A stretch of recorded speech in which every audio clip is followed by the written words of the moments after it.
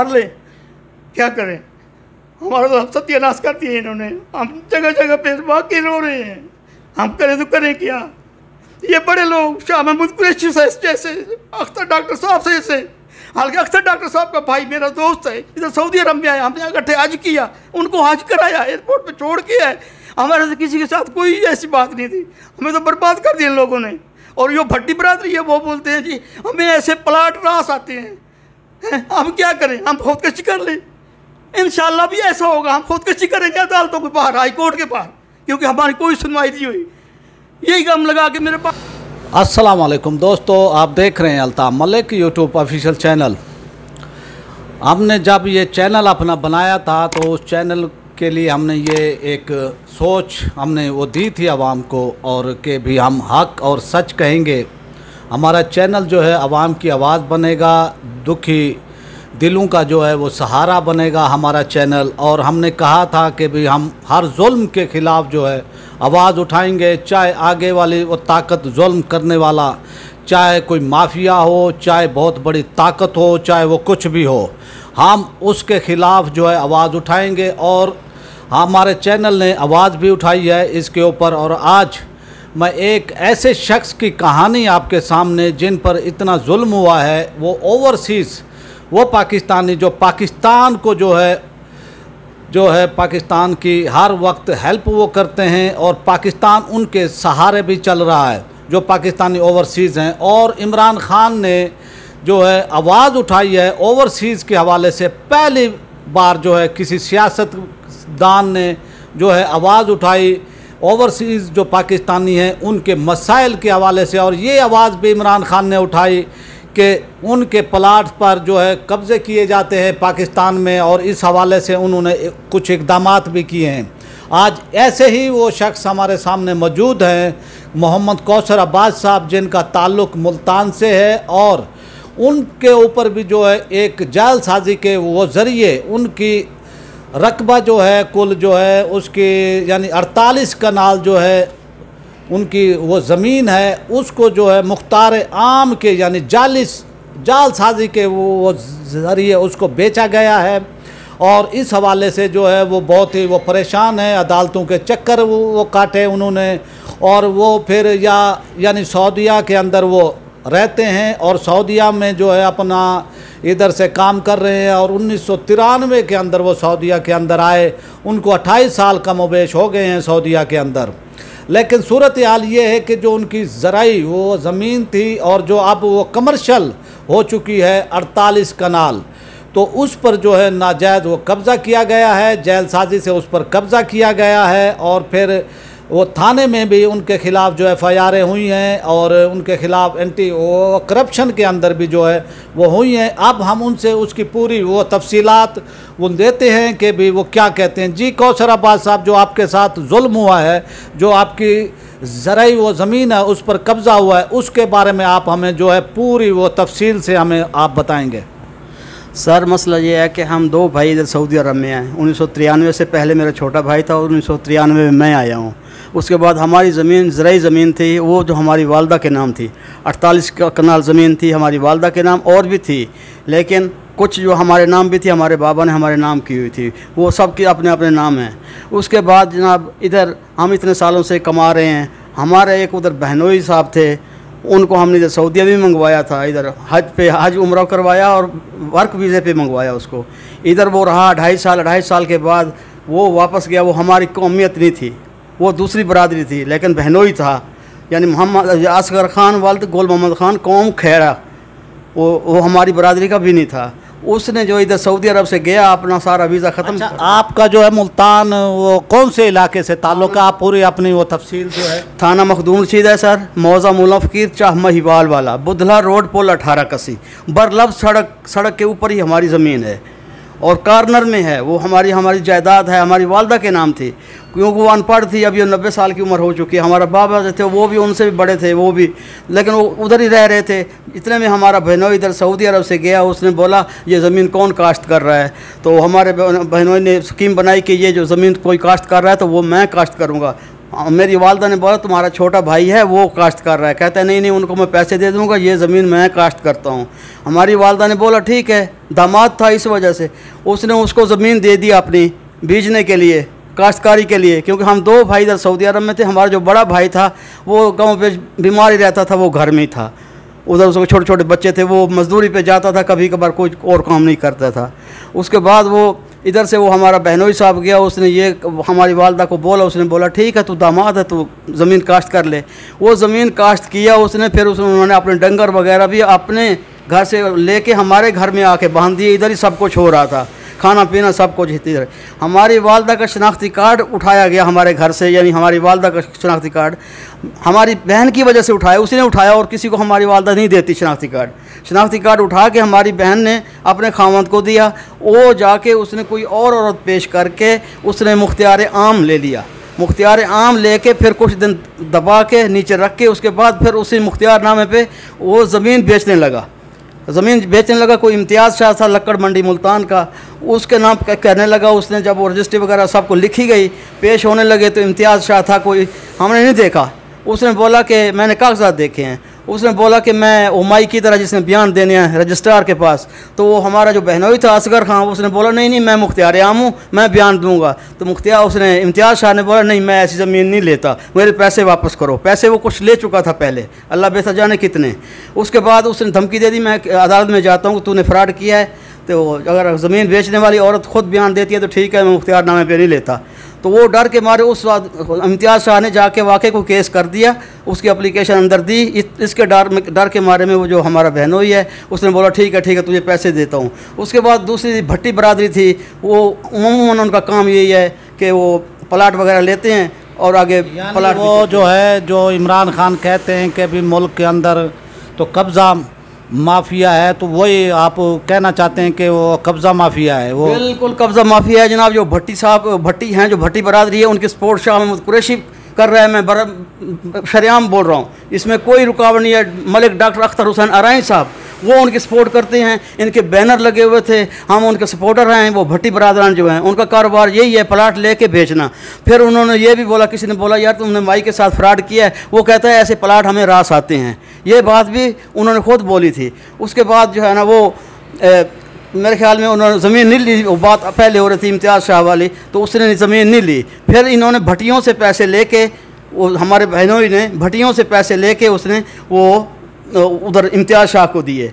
अब जो मुख्तियार नामे पे जो थे सैन, वो उधर सरफराज खैड़ा है, जो वो मन्नू शाह, वो जो जावेद हाशमी साहब का भांजा है गालिबन, उनका वो सपोर्टर हैं। वो सारे उन्होंने मिलजुल के ये सब कुछ किया है। जब वो इधर से वो ज़मीन रजिस्ट्री हो गई, एक दिन में रजिस्ट्री हुई और दूसरे दिन इंतकाल भी हो गया। हालांकि रजिस्ट्री को काफ़ी दिन लगते हैं, उसका जो प्रोसीजर होता है उसके बाद बोलते हैं रजिस्ट्री पास हो गई है अभी ले जाओ। वो रजिस्ट्री भी करा के एक दिन में इंतकाल भी हो गया उन भट्टी बरादरी के नाम। जब वो गए इधर कब्ज़ा करने के लिए 18 पे जब गए कब्ज़ा करने के लिए, दिन का टाइम था, अपने वो बांस वगैरह ईंटें वगैरह लेके गए, मजदूर लेके गए, जाके कब्ज़ा होने लगा। तो उस वक्त हमारे घर में एक भाई बीमार था, मेरा वालिद बीमार था, मेरी वालदा थी। उन्होंने बोला ये क्या, वो कह रहे हैं तुम्हें ज़मीन बेच दी है। मेरी वालदा ने बोला मैंने ज़मीन नहीं बेची। उन्होंने कहा नहीं तूने अंगूठे लगा दिए हैं। उसने कहा नहीं। शोर शराबा हुआ, हमारी बरादरी भी इकट्ठी हुई, उधर सारे इकट्ठे हुए। उसके बाद पुलिस तक बात गई, पुलिस भी आई। मुनीर चिश्ती हुआ करते थे उसका DPO, उन्होंने बोला कि नहीं ऐसी बात नहीं है, अगर वाकई तुम्हारे अंगूठे नहीं हैं तो जो है ना वो इनको कब्ज़ा छोड़ना पड़ेगा, तुमने नहीं दिया। उसने बोला, वालदा हमारी ने बोला मैंने कभी बेटों को भी नहीं दिया मुख्तियार आम, तो मैं इस दामाद को कैसे दे सकती हूँ। ठीक है दामाद है अपनी जगह, लेकिन मैंने कुछ नहीं किया। वो कस्में उठाए, कुरान उठाए, लेकिन वो माने नहीं। आखिर DPO मुनीर साहब ने बोला, चिश्ती थे, उन्होंने बोला ठीक है हम फिंगरप्रिंट जो है ना भेजते हैं, अगर तुम्हारे अंगूठे हैं तो फिर ज़मीन गई, अगर फिंगरप्रिंट नहीं है तो भट्टियों को बोला कि तुम्हें ये जगह खाली करनी पड़ेगी। वालदा ने बोला ठीक है। इसी तरह हो गया। हमारी बरादरी बड़ी खड़ी रही। उस वक्त कोई मजिस्ट्रेट थी, पता नहीं उसकी डिप्टी मजिस्ट्रेट थी, औरत थी, पता नहीं क्या नाम था, हमें भूल गए, हम तो इधर ही थे ना। वो उन्होंने हमारी वालदा के फिंगरप्रिंट लिए, पूरे पुंजे लेके वो फिंगर ब्यूरो लाहौर भेजे गए। फिंगर ब्यूरो लाहौर भेजे गए, उधर 42 दिन के बाद नतीजा आया। अल्हम्दुलिल्लाह हमारी वालदा के वो फिंगर नहीं थे। इस वक्त वो मुसद्दका हमारे पास मौजूद है, फिंगर प्रिंट जो हैं वो किसी और औरत को पेश करके पैसे दे के उसने वो फिंगर किससे लगवाए हमें मालूम नहीं है। रजिस्ट्रार के सामने भी उसी औरत को पेश किया जो जिसने अंगूठे लगाए या नहीं लगाए हमें मालूम नहीं है, लेकिन हमारी वालदा के नहीं थे। उसी वक्त फिर वो फिंगरप्रिंट गए, वालदा वापस उसकी रिपोर्ट आई तो हमारी वालदा के नहीं थे। उसके बाद ये हुआ कि वो मुनीर चिश्ती थे जो उस वक्त DPO थे, वो आगे उन्होंने बोला भट्टी बरादरी को बोला भी ये केस आ गया है, उसकी रिपोर्ट आ गई, तुम ये खाली करो भी प्लाट। वो साइड पे हो गए, उन्होंने अपनी नहीं उठाया सामान। जितने में हमारे लोग इकट्ठे थे वहाँ पे बरादरी, हमारा तो पूरा मौज़ा हमारा है, मौज़ा मुल्ला फ़कीर 32 खूह हैं, हमारी अपनी बरादरी है, कोई चाचा कोई मामा कोई ताया, किसी ने कोई ऐसी मुदाखलत नहीं की, सिर्फ कानून के हिसाब से उन्होंने बोला जो कुछ है ये है। उन्होंने बोला भाई आपने ये उठा लो सामान, फिर नहीं उठाया। फिर सामान उन्होंने जो उसके बने हुए थे पिलर वगैरह वो गिरा के उनके बांस वगैरह सारे उठा के बाहर, उसे रोड के ऊपर पेट्रोल पंप है, यासिर पेट्रोल पंप है 18 कसी के ऊपर, उसके रोड के ऊपर रख दिए। साथ में फलक शहर हाँस का टाहल भी है लकड़ी का, उसके साथ वो मटीरियल उनका रख दिया, बाकी हमें मालूम नहीं है। फिर उन्होंने ये स्कीम बनाई, ये तो हम फेल हो गए। फिर फौजदारी पर्चे करवाने लगे उनके, क्यों बहुत बड़े मरासिम हैं उनके, उस वक्त भी उनके मरासिम थे और अभी तक भी मरासिम हैं। वो ऐसा सिलसिला चलता रहा। उसके बाद कोई कैसे गाइड करे, कोई कैसे गाइड करे। हमारी ये जो जेल साजी से उन्होंने काम किया, फिर मुनीर चिश्ती साहब ने DPO साहब ने जब ये मामला देखा, जब वो फिंगर वो प्रिंट जो है मैच वो नहीं हुए, उससे साबित हो गया कि भी इन्होंने वो जाल साजी से काम किया है। तो फिर वो FIR जो आप वो कह रहे हैं भी FIR भी हुई थी, तो उसके बारे में कटी थी। FIR उधर भी कटी थी, थाने मखदूम रशीद में भी, और FIR इंटीग्रेशन में भी कटी थी। आगे उन्होंने कोई कार्रवाई नहीं की। जिस वक्त फिंगरप्रिंट की रिपोर्ट आ गई, हमें मालूम नहीं है, कोई लिफाफा था, उन्होंने बोला कि देखने वाले जो उधर थे उन्होंने बोला कि लिफाफा आया है जो मुनीर चिश्ती को DPO था उस वक्त, उनको दिया किसी ने। उसी वक्त हर चीज़ दब गई नीचे, कोई केस नहीं चला, कोई कुछ नहीं। हम सिविल जज के पास भी केस गया, मलिक मुश्ताक थे उस वक्त, यानी सिविल जज भी थे, दफ़ा 30 के मजिस्ट्रेट भी थे, उनके पास केस लगा रहा। फिर उन्होंने बोला जब तक इस केस का फैसला नहीं होता ये फ्रॉड है। उस वक्त मैं सबकी पेशियाँ वो करता हूँ, यानी रियायत देता हूँ। फिर इन्होंने हमारे घर की हमारी ट्यूबवेल से सब कुछ उठा के वो उधर जमा करा के बोल दिया ये चोरी की है। फौजदारी पर्चे दर्ज कराए हमारे सब के, हमारी हमशीरा के, मेरे बाबा अम्मा के नाम, मेरे बाबा का नाम, मेरा जो भाई बड़ा था उसके नाम, उसको पुलिस के ज़रिए मरवाया। फिर घर था एक बना हुआ, उसका जो है उन्होंने ईंटें उखाड़ ली, दरवाजे तोड़ दिए, ट्यूबवेल सारा उठा लिया, यानी कोई चीज़ नहीं रखी अपनी, सब की सब उन्होंने, जैसे वो कहते हैं ना, कैसे कहर नाज़िल हो गया, कहर नाज़िल हम पे कर दिया उन्होंने। और जो भी करते थे वो बोलते नहीं जी इन्होंने ज़मीन बेची है। वो जब फिंगरप्रिंट की रिपोर्ट आ गई फिर भी मानने को तैयार नहीं थे। जिस अदालत में भी जाते उन्हीं का उधर ही अहलकार हैं, कोई अहलमद है, कोई चपड़ासी है, कोई यानी हाकरी है, कोई ना कोई उनके उधर मौजूद होते थे। वो उनको ताज़ी रिपोर्ट देते थे ये होने वाला है, ये होने वाला है। वो तो देर नहीं लगती थी। एक दिन मजिस्ट्रेट साहब थे, महताब बुखारी साहब, मखदूम रशीद में आए हुए थे, तो इलाका मजिस्ट्रेट पे थे। उधर मेरे वालिद उस वक्त फौत हो गए थे, तो मैं इधर से एमरजेंसी गया पाकिस्तान में, तो मेरे वालिद फौत हो गए। दूसरे दिन तो समन जारी हो गया क्योंकि फौजदारी मुकदमे में वो जाते थे पेश होने के लिए। तो दूसरी पेशी पे मैं ख़ुद सर्टिफिकेट निकलवाया था हस्पताल से डेथ सर्टिफिकेट लिया वालिद साहब का, और यूनियन काउंसिल से डेथ सर्टिफिकेट लिया। उसके बाद वो लेके मैं अदालत, जिस दिन पेशी थी और भी थे जिनके नाम थे वो सारे पेश हुए, तो मेरे वालिद साहब के नाम की आवाज़ पड़ती थी मजिस्ट्रेट साहब, इलाका मजिस्ट्रेट मखदूम रशीद में। तो वो जो आवाज़ पड़ी तो कोई नहीं बोले, सारे खड़े हुए हैं। तो मैं आगे बढ़ा, तो मैं जो मेरे पास जो सर्टिफिकेट था वो मैंने आगे दिया मजिस्ट्रेट साहब को। तो उसने बोला ये तू कौन है? मैंने कहा जी मैं मलिक मोहम्मद शफ़ी का बेटा हूँ। कहते पहले तो कभी नहीं देखा। मैंने कहा सर हम सऊदी अरब में रहते हैं, मेरा छोटा भाई भी है, मैं भी हूँ। तो अब ये वालिद फौत हुए थे, उस सिलसिले में आए हैं, तो ये उनकी पेशी थी तो वो फौत हो गए हैं। तो वो डेथ सर्टिफिकेट था जो महताब बुखारी साहब ने भी लिया, उसको फ़ोटोकॉपी करा के और फाइल के साथ लगा के स्टंप लगा के साइन करके उसके साथ क्लोज़ कर दिया फाइल के साथ। जो मेरा असली वाला था वो मुझे वापस कर दिया और मुझे बोला कि आप जाएँ वकील साहब को बोलें दरख्वास्त लेके आए, मैं जो लेडीज़ भी हैं उनकी मैं हाज़िरी माफ़ करता हूँ। यकीन करें दूसरे दिन उस मजिस्ट्रेट साहब का, कहीं तो सुन रहे होंगे मजिस्ट्रेट साहब, कहीं ना कहीं तो सुन रहेंगे इंशाअल्लाह, अगर सच्ची बात है तो, उनका दूसरे दिन तबादला हो गया उस जगह से। तो भाई ये तो उनके साथ ये इतनी रियायत कर रहे हैं, तो हमारे साथ बहुत जुल्म हुआ है और हो रहा है इस टाइम। अभी 2019 में मैंने हाई कोर्ट में दर्ज किया, मुकदमा भेजा है, वो मुकदमे की एक ही पेशी बाक़ी नजवी साहब के पास पहली मेरी पेशी लगी। उन्होंने मेरी दरख्वास्त मंजूर की। उन्होंने कहा फ़ीस कोड जो जमा करा दो। फ़ीस कोड जमा करा के उसके बाद चौधरी मोहम्मद इकबाल लाहौर से आए थे, यानी हाई कोर्ट के जज। उन्होंने हमारे वकील साहब को बोला कि ये पुराना हो गया है, तो मियाद ख़त्म हो गई है। तो हमारे वकील साहब ने बोला जी एक बेटा वो माजूर है उस माई का, 90 साल की वो माई है, खामद उसका फौत है, 2 बेटे हैं वो सऊदी अरब में हैं। अभी ये सऊदी अरब से आया है छुट्टी पे, तो ये पता लगा है कि भाई वो फ़ीस कोड नहीं भरा, इस वजह से ये तुम्हारा मुकदमा सेशन जज की अदालत से खारिज हो गया है। तो अब उन्होंने रिक्वेस्ट की, खैर उन्होंने मान ली। उन्होंने बोला फ़ीस कोड भर दो। बाक़ी नजवी साहब ने, फिर मैंने उसी वक्त बाक़ी नजवी साहब की अदालत के हुक्म के बावजूद जाके फ़ीस कोड जमा कराया हबीब बैंक के हाई कोर्ट मुल्तान के बाहर ही। उधर वो लगाया, फिर फ़ीस कोड पे केस दर्ज करके फिर जो दूसरी पेशी लगी, चौधरी मोहम्मद इकबाल साहब लाहौर से आए थे, उनके पास हम पेश हुए। उन्होंने बोला नहीं ये पुराना हो गया। इसी तरह फिर दलाल दिए। हमारे वकील साहब ने भी बोला ये देखें सर ये पासपोर्ट हैं, ये उनकी छुट्टी लगी हुई है, ये बेचारे सऊदी अरब में रहते हैं कितने सालों से। तो फिर उन्होंने कोई 15 मिनट का टाइम लिया जज साहब चौधरी मोहम्मद इकबाल साहब ने। अल्लाह उनकी ज़िंदगी दे, वो कहीं ना कहीं सुन लेंगे इंशाल्लाह अगर झूठ बोल रहा हूँ तो वो उन्होंने बोला ये हमारे वकील ने बोला भी यही हमारी रिक्वेस्ट है, आप मेहरबानी करें वो केस रिवर्स कर दें फिर सेशन जज के पास। उन्होंने बोला अच्छा मैं हुक्म सुनाता हूँ। 15 मिनट के बाद 20 मिनट के बाद उन्होंने कमरे में गए, वापस आए। उन्होंने हमारी जो दरख्वास्त थी कबूल कर ली और समन जारी कर दिए दूसरी पार्टी को, जो भट्टी बरादरी थे या हमारा बहनोई था, क्योंकि वो भी फरीक था ना, फरार तो उसने किया, उसके नाम भी और उनके जो है ना वो हुए। उसके बाद एक ही पेशी पड़ी। दूसरी पेशी पे मुजाहिद मुस्तकीम साहब आए, वो भी लाहौर से आए। वो पहली पेशी पहली आवाज़ पड़ी, फौजदारी मुकदमा था, वो उठ के गए किसी और जगह अदालत में, उधर कोई कत्ल का केस है, उधर फिर वो पेशी नहीं पड़ी। फिर पेशी चली गई 5 महीने के बाद, फिर जून में चली गई। जून से अभी तक फिर एक पेशी पड़ी है जनाब इसके पास मुजम्मिल शबीर साहब थे हाई कोर्ट के जज, उनके पास पड़ी है। तो हमारे जो मैंने वकील हमारे हैं वकील चौधरी मोहम्मद सदीक साहब हैं, साहब का एडिशनल डिस्ट्रिक्ट का सेशन जज रहीम यार खां के थे, फिर वो वकील वही हायर किया हुआ है। और उसके बाद जनाब वो पेशी उस दिन भी ऐसे 1-2 आवाज़ें पड़ी हैं पहले, उसके बाद वो पेशी ख़त्म हो गई। अभी तक हमारा केस की सुनवाई नहीं हो रही। 2007 से ये किस्सा चल रहा है। हम क्या करें? मर जाएं, अपने आप को मार लें, क्या करें? हमारा तो सत्यानाश कर दिए इन्होंने। हम जगह जगह पे बाकी रो रहे हैं, हम करें तो करें क्या?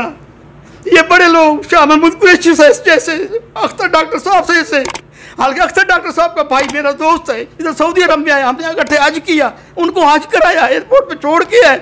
हमारे से किसी के साथ कोई ऐसी बात नहीं थी, हमें तो बर्बाद कर दिया इन लोगों ने। और जो भट्टी बरादरी है वो बोलते हैं जी हमें ऐसे प्लाट रास आते हैं, हम क्या करें? हम खुदकशी कर लें। इंशाल्लाह भी ऐसा होगा, हम खुदकशी करेंगे अदालतों के बाहर, हाई कोर्ट के बाहर, क्योंकि हमारी कोई सुनवाई नहीं हुई। यही गम लगा के मेरे पापा फौत हो गए, यही गम लगा के मेरा भाई फौत हो गया 2 महीने पहले। नहीं हम करें तो करेंगे, हम गैर मुल्क में मजदूरी करें, 24 घंटे ड्यूटी देते हैं, तरह तरह की बातें सुनते हैं लोगों की। हम करें तो करेंगे, हमारा इंसाफ किधर है? कौन करेगा इंसाफ? जब पेशी पड़ती है कोई ना कोई उनका आ जाता है, पेशी ख़त्म डिले हो जाती है, हमारे तो कोई सुन ही नहीं रहा। अभी क्या है भी केस क्या है कि हम कुछ नहीं जानते केस को। उसी जगह पे वो दुकानें बना रहे हैं जनाबे वाला, रोड के ऊपर। हमारी कमर्शियल से हो चुकी है, अब हमारी ज़मीन कमर्शियल हो चुकी है और उन्होंने वहाँ पे दुकानें बना ली हैं, वहाँ पे उन्होंने गार्डन लैंड बना ली है, सब कुछ करके काबिज हो गए। अब कहाँ जाएं? हम क्या करें? आज तक हमने गैर कानूनी कोई पैसा नहीं भेजा सऊदी अरब में, हर चीज़ कानूनी है। मुझे 28 साल हो गए हैं। आप बेशक सऊदी से रिकॉर्ड देख लें, मेरा या मेरे छोटे भाई का। अब मेरे छोटे भाई किया है, उसको धमकियाँ दे रहे हैं, वो छुट्टी से किया है, छुट्टी पे किया है, उसको धमकियाँ दे रहे हैं, हम ये कर दें वो कर देंगे। हम क्या करें? लिहाजा हम बड़े उहदों वालों के आगे हम रिक्वेस्ट करते हैं कि हमारा हक दे दें। हम ये नहीं बोलते वो भट्टी वगैरह ने कितने पैसे दिए हैं, ठीक है उन्होंने किया तो हम पे आता था एक टेडी पैसा, हम भाइयों पे, हमारी वालदा पे आ जाता है। हम जो सब कहें हम उठाने को तैयार हैं, हम देने को तैयार है। लेकिन जो पैसे उन्होंने लिए उन्होंने आपस में कहा, उसमें हमारा क्या कसूर है? हम तो सारी ज़िंदगी बाहर कमा के इस ज़मीन की खातिर, हम तो एक खाद की बोरी तक नहीं कर सकते भाई।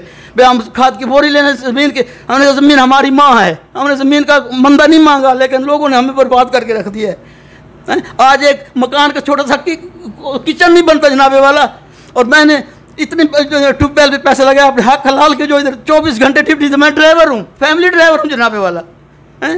अगर हम कमा के अपने पाकिस्तान में भेजते हैं, कोई चीज़ बनाते हैं, हमारे साथ ये है। बाकी जो हमारी 5-5 मरले उधर 18 कसी रोड के ऊपर मस्जिद के साथ ज़मीन थी, वो हमारा चचा ज़ादा हाफिज़ कुरान है माशाअल्लाह। हम इधर थे, उसने पटवारी को पैसे दे के उसने बंडा बनवा लिया अपना रोड के ऊपर, वो उसने बंडा बनवा लिया अपना रोड के ऊपर। बाकी पीछे बची है 9 मरले। अब 9 मरले 15 मरले ज़मीन है, 9 भी नहीं 8 मरले बची पड़ी है। अब ये हो जाए हम लड़ाई झगड़ा करें फिर कोई नुकसान हो जाए। सके चचा का लड़का है जनाबे वाला, मोहम्मद सलजेर खान उसका नाम है, वाल सरदार मोहम्मद। वो तो हमारी बिल्कुल अलहदा, वो तो तकसीम थी, हमारी वालदा वाली ज़मीन से भी अलहदा थी। वो हम मेरे बाबा ने हक शुफा किया था, हक शुफा करके वो ज़मीन हमारे हक में हुई थी। और 1984 से लेके उस मस्जिद का मुतवल्ली मेरा नाम लिखा हुआ है। 1984 से वो मीटर मेरे नाम का लगा हुआ है। अभी उन्होंने मीटर जाके उसको चेंज करवाया, अपने नाम का लगा लिया। भाई पता न चले भाई ये कितने सालों से कब्जा है। मस्जिद का क्या कब्जा होता है? मस्जिद तो हमने अल्लाह की रज़ा की खातिर बनवाई थी, सब लोग जानते हैं। उस वक्त तो वो हमारा चाचा पैदा नहीं हुआ था, चाचा हमारे थे जब, वो बहुत हो गया है। बाकी वहाँ के जो लोग हैं वो भी कम बेश कुछ न कुछ बचे हुए हैं, लेकिन बाकी 60 साल उम्र है जनाब वाला मेरी, 60 साल। अब जो 60 साल का आदमी है वो जो 28 साल सऊदी अरब में हो गए, मुझे तो लोग जानते ही नहीं हैं।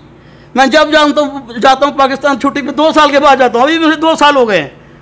जब भी जाता हूँ तो पता चलता है जी ये कौन है यार, ये कौन है। ओ भाई ये वो है जिनके साथ ज़मीन का फ्रॉड हुआ है। हमारे साथ कोई कम नहीं हुई, बहुत कुछ कर दिया दुनिया ने। अब आप बताएं हम कहाँ जाएँ, किसके साथ इंसाफ लें? आप पीएम पाकिस्तान इमरान खान से क्या अपील वो करना चाहेंगे, और वज़ीर आला पंजाब उस्मान वो बुज़दार से क्या अपील वो करना चाहेंगे, और सुप्रीम कोर्ट के चीफ साहब गुलजार अहमद से आप क्या रिक्वेस्ट करना चाहेंगे? सर मैं पहले नंबर पे चीफ ऑफ आर्मी स्टाफ जनाब चौधरी गुलजार मोहम्मद साहब को सलाम पेश करता हूँ। हम नहीं कहते कि उनके खिलाफ करें, उनके खिलाफ करें, हम कहते हैं हक पे देखें। फिंगरप्रिंट की रिपोर्ट ओरिजिनल हमारे पास है। अगर फिंगरप्रिंट की रिपोर्ट जिस वक्त खुद बता रही है कि मेरे अंगूठे नहीं, हमारी वालदा के अंगूठे नहीं है, तो ज़मीन आगे मुख्तियारनामे पे रजिस्ट्री कैसे हुई, इंतकाल कैसे हुआ? तो इंसाफ किया जाए। हम नहीं बोलते कि उनका हक ना, हम इंसाफ चाहते हैं, हमारा इंसाफ हमें दिया जाए। हम किसी के ऊपर जुल्म नहीं करते। अगर वो हमारे बहनों ने पैसे ले लिए हैं उनसे, अभी तो मिले हुए हैं, अभी तो 20 लाख ले दिया है उन्होंने दुकानें बनाने के चक्कर में, अभी दिया है भट्टी बरादरान ने। तो वो उनको बोल रहा है कि कुछ नहीं हो रहा, देखा ना मैंने नहीं बोला था कुछ नहीं कर सकते, तुम बनाओ दुकानें, मैं तुम्हारे साथ हूँ। 20 लाख उसने लिया है, किस्तों में उसको पैसे ले रहे हैं, वो खा रहा है। तो अब वो जो बोलेंगे हम 20 लाख दिए तुम दो। अगर हम बहन भाइयों से कोई आ जाए साबित कर दे इन्होंने पैसा लिया, या ला इलाहा इल्लल्लाह मोहम्मद रसूलुल्लाह जनाबे वाला हुकाम वाला को मैं अपील करता हूँ, अगर वो भट्टी साहब आ जाएं, इस फोटो के अलावा इस जो बात कर रहा हूँ इसके अलावा अगर हमें वो जान जाते हैं भाई ये हैं वो जो माई है जिसके साथ फ्रॉड हो उनके बेटे, तो जो सज़ा आप बोलेंगे हम करेंगे। हमें वो सज़ा जानते ही नहीं है, हमें ना हम उधर रहे हैं। आप इमरान खान से क्या कहेंगे? इमरान खान से बोलते हैं कि मेहरबानी करके, जैसे उन्होंने तहरीक इंसाफ यानी अपनी पार्टी का नाम रखा है इंसाफ, हमारे साथ इंसाफ किया जाए। उनके MNA हैं चाहे MP हैं, हमें इंसाफ चाहिए। मैं नहीं डर रहा, मुझे पता है मैं छुट्टी जाने वाला हूँ, मेरे साथ करेंगे, मुझे किसी मुकदमे में फंसाएंगे, किसी ना किसी तरीके से मेरे ऊपर कुछ ना कुछ, मेरे भाई के ऊपर, एक ही भाई मेरा बच्चा है, एक फौत हो गया है, तो एक कुछ ना कुछ करने की कोशिश करेंगे जनाबे वाला। हमें तहफ़्फ़ुज़ दिया है इमरान खान साहब, आपकी बड़ी मेहरबानी होगी। हम बार बार इल्तिजा कर रहे हैं, झोली उठा के तो आपसे फरियाद कर रहे हैं, अल्लाह के सिवा तुम्हारे आपके सिवा कोई नहीं है। हमें इंसाफ चाहिए, हम उनका हक नहीं मारते। जो बरादरी है, भट्टी बरादरी है, जो कुछ है हमें नहीं चाहिए, हमारा हक हमें दिया जाए।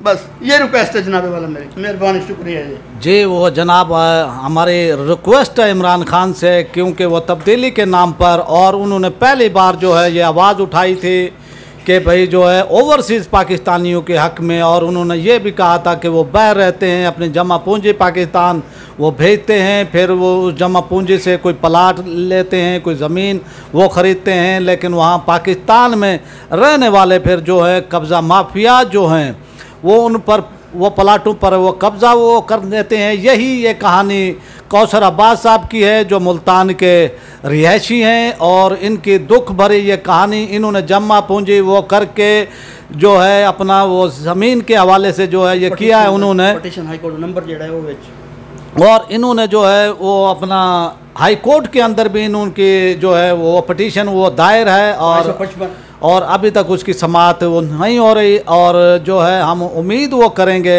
वज़ीर आज़म इमरान खान से, वज़ीर आला पंजाब जनाब व सरदार उस्मान बुज़दार से, और चीफ जस्टिस ऑफ पाकिस्तान गुलजार अहमद ख़ान से कि भाई वो इंसाफ वो करें और इनको जो है फौरी इंसाफ वो दें।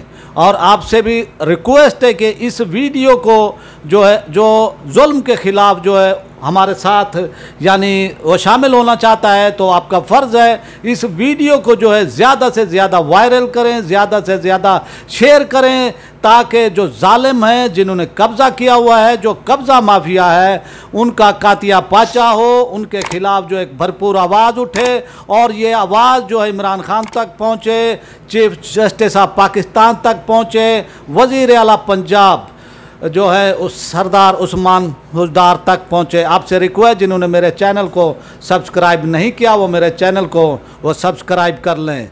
पाकिस्तान जिंदाबाद।